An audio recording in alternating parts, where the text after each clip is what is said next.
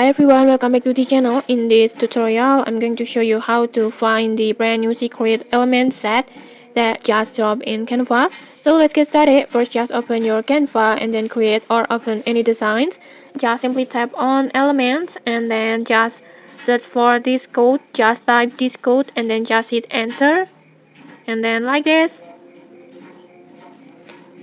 you will unlock these hidden collections instantly.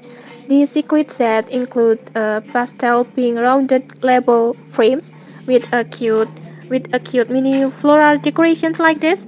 It's perfect for planners or journals, mood boards, study notes, aesthetic scrapbook, or maybe Instagram carousels. And I recommend calling these sets being floral aesthetic label frames because they work beautifully as tag bugs, stickers, or maybe category dividers.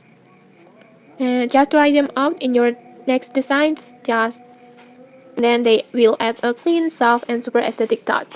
And okay, maybe that's it. If you found this tutorial helpful, don't forget to like, comment, and subscribe for more tutorials. Thanks for watching, and see you.